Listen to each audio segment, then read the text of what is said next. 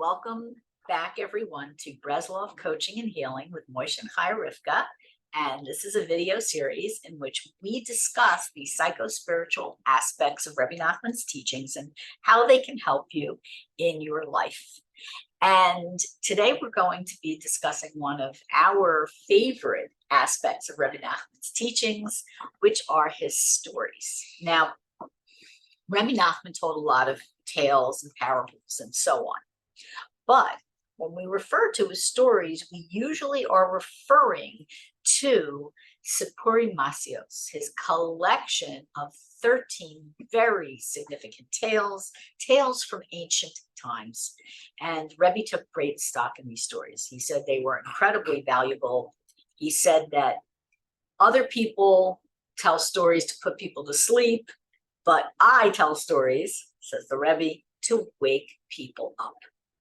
And there's so many unique things about the story, but something very, very special about the way the stories work on our conscious and our subconscious. Now, the Rebbe told the stories in the vernacular, in Yiddish, and the reason was he wanted everybody, including people who weren't literate in Lashon Kodesh, the Holy Tongue, Hebrew, he wanted them to be able to have access to these tales.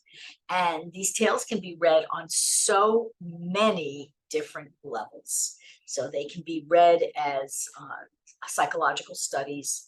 They can be read as great Kabbalistic treatises. They can be read on, some of them have elements of Ruach HaKodesh, some kinds of prophecy in them. They are here to reveal Torah to us.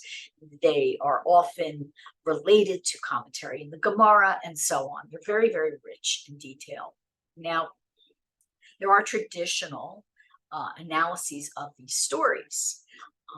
At the end of the video, I'm going to tell you one of the ways that I use these stories. But for now, what I'd like to tell you is something that Rebbe Nachman wrote in his second introduction to the stories. He published the stories twice in a Hebrew Yiddish version. So he said that we should find ourselves in the stories. Even though Rebbe Nachman himself wrote tremendous amounts of commentary that are very rich on the stories to help us understand the stories, he said we should find ourselves. We should make our own connection in these stories, to look for our own meaning in these stories. And as a matter of fact, one of the ways in which I use the stories and Moshe uses the stories is we use them as tools in for Moshe psychotherapy, for coaching, also for Moshe coaching and counseling, because these tales have an innate power to act as catalysts for change. I guess I'll just continue describing the first story briefly. Yeah. Okay. Yeah. So the first story out of these 13 tales, it's a story we're going to be concentrating on today. And we're only going to be concentrating on a small portion of this story. And the story is The Lost Princess. And the story starts off with a king, which we are told alludes to Hashem, who has 6 sons and 1 daughter. And the king, in a moment of anger, banishes his daughter from his palace. Now, I don't know if you can hear that, but there's hammering construction going on next door. And we've tried to make this video a few times without the construction sounds, but that's not happening. So if you will ignore them, we'll ignore them too. Just pretend that they aren't there. Whenever you're discussing something, Breslov, that has a potential to really make a shift for you, expect obstacles. That's just a minor obstacle. Okay, so the lost princess. The princess has been kicked out of the palace. She disappears. And the king's most trusted aide, the viceroy, decides to go searching for the princess to rescue her and bring her back to her rightful home, the king's palace.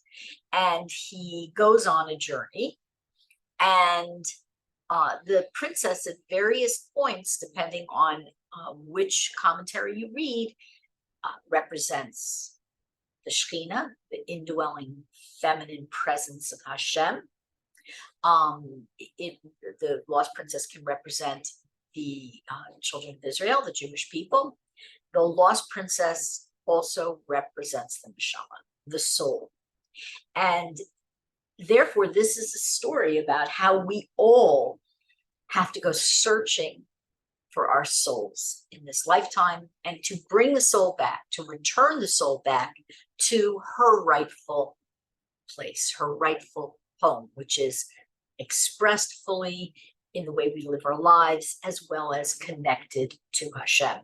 And this is the right time to tell the story if you haven't heard it before, to read the story if you haven't heard it before, because we're about to enter the month of Elul, which is the month, which is an Eis Ratzon, a time of divine favor, a time that both the Arizal and Rebbe Nachman comment on.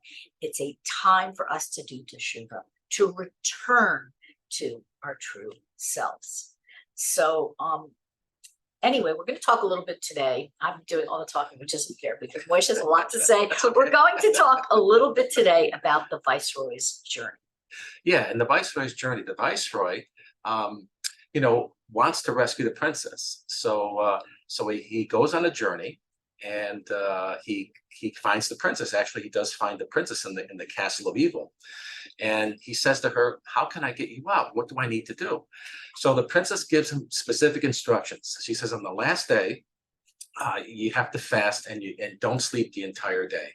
And on his way, headed toward the castle, he sees an apple tree.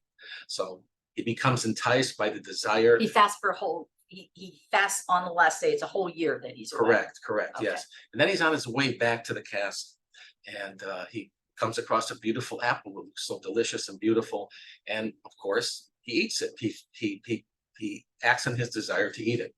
So he eats the apple. He falls asleep, and then his servant that's with him is trying to wake him, say, wake up. But because he got caught up in his desires, he couldn't wake up. So he fell asleep for many years. The Viceroy wakes up and he says, "Where am I in this world? What am I doing here? What's my purpose?" So he became very regretful and remorseful because he knows he ate the apple and he lost his chance to free the princess from the evil castle where she's being held hostage. So he's journeying back to the castle, and the lost princess says to him, she lamented and said, "I'm sorry, but if you would have followed my instructions perfectly, you would have been able to rescue me and take me out of here. But because you didn't, you lost everything. So I'm going to give you new instructions for the next year." So next year, on the last day, so he spends a whole year. He spends a whole year yearning and praying, right?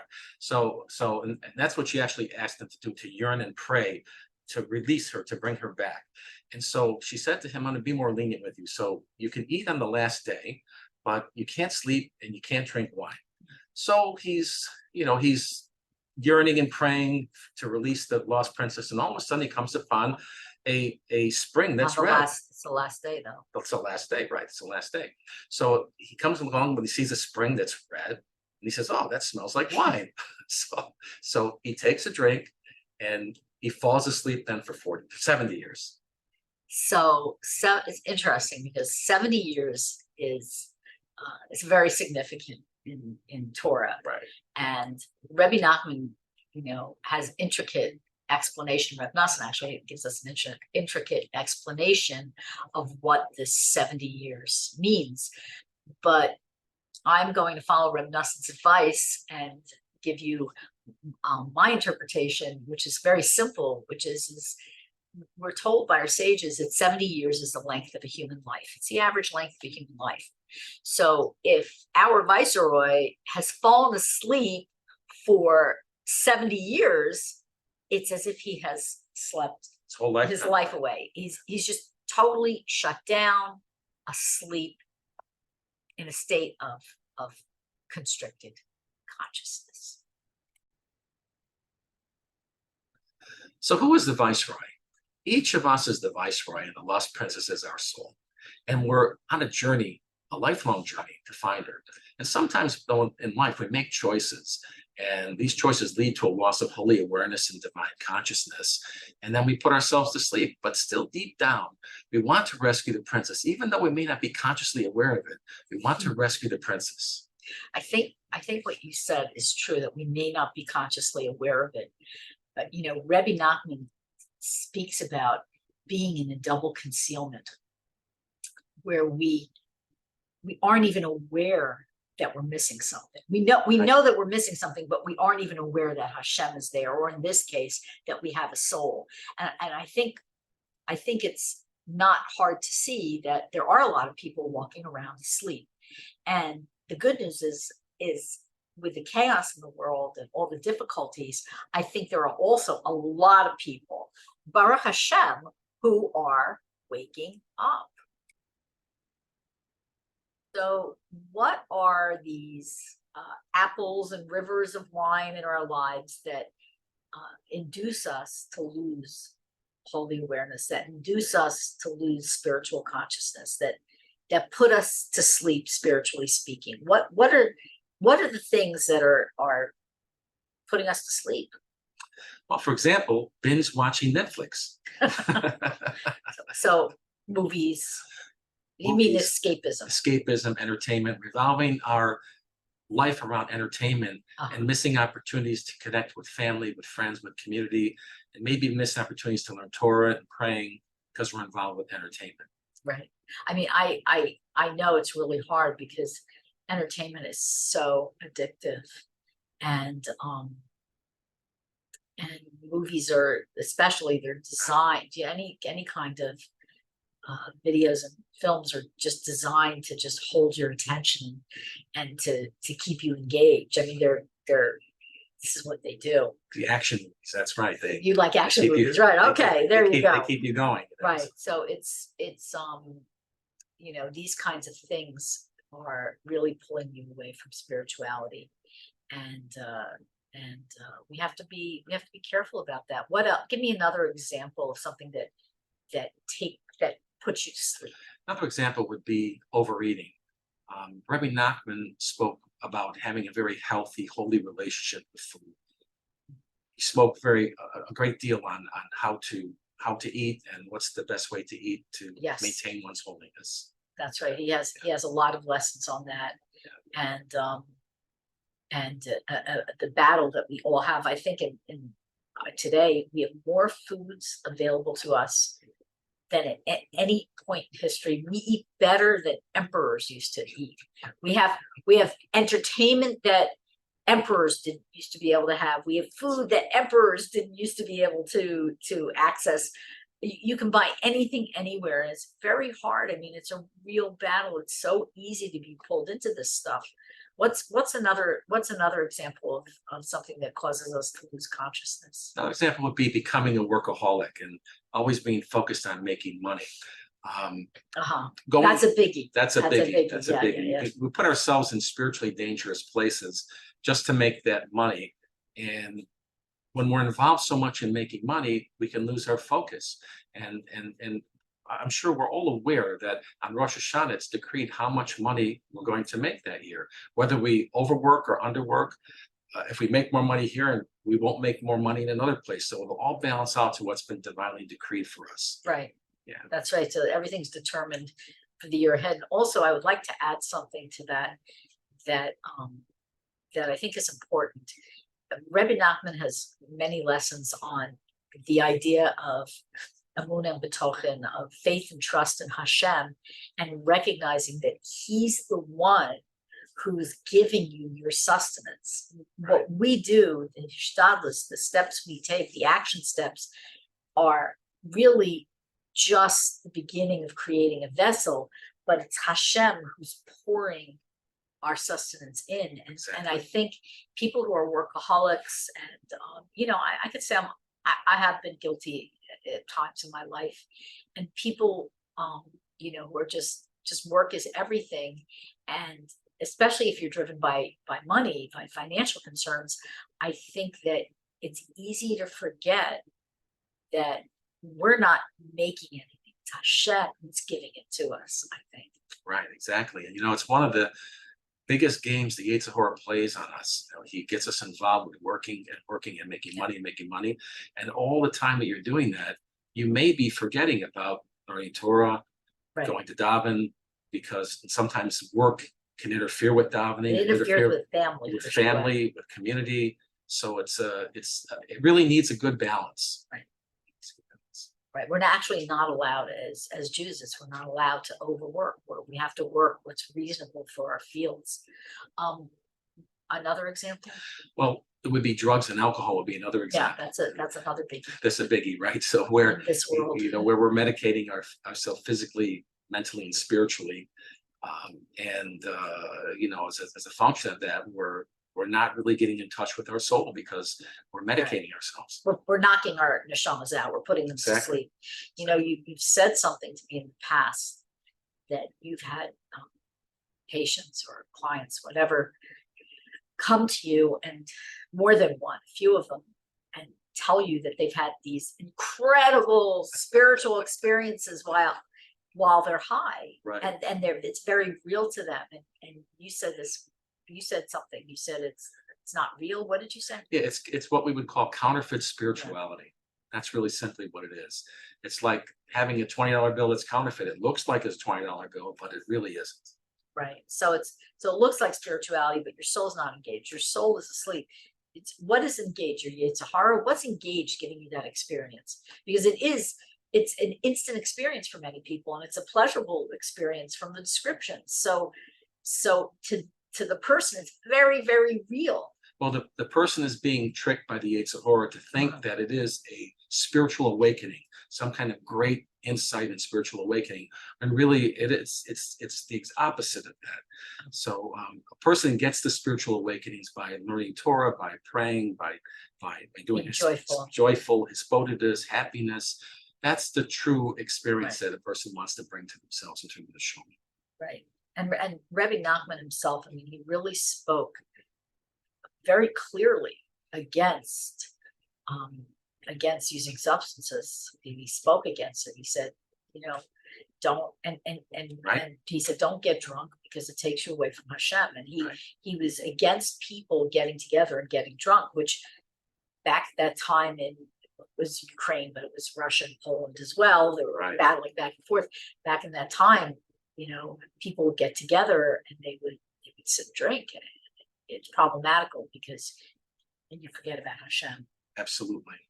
So there are probably many more examples. I think you've covered a good number. And I think that in addition to these things that put us to sleep, I would say that apathy would be one.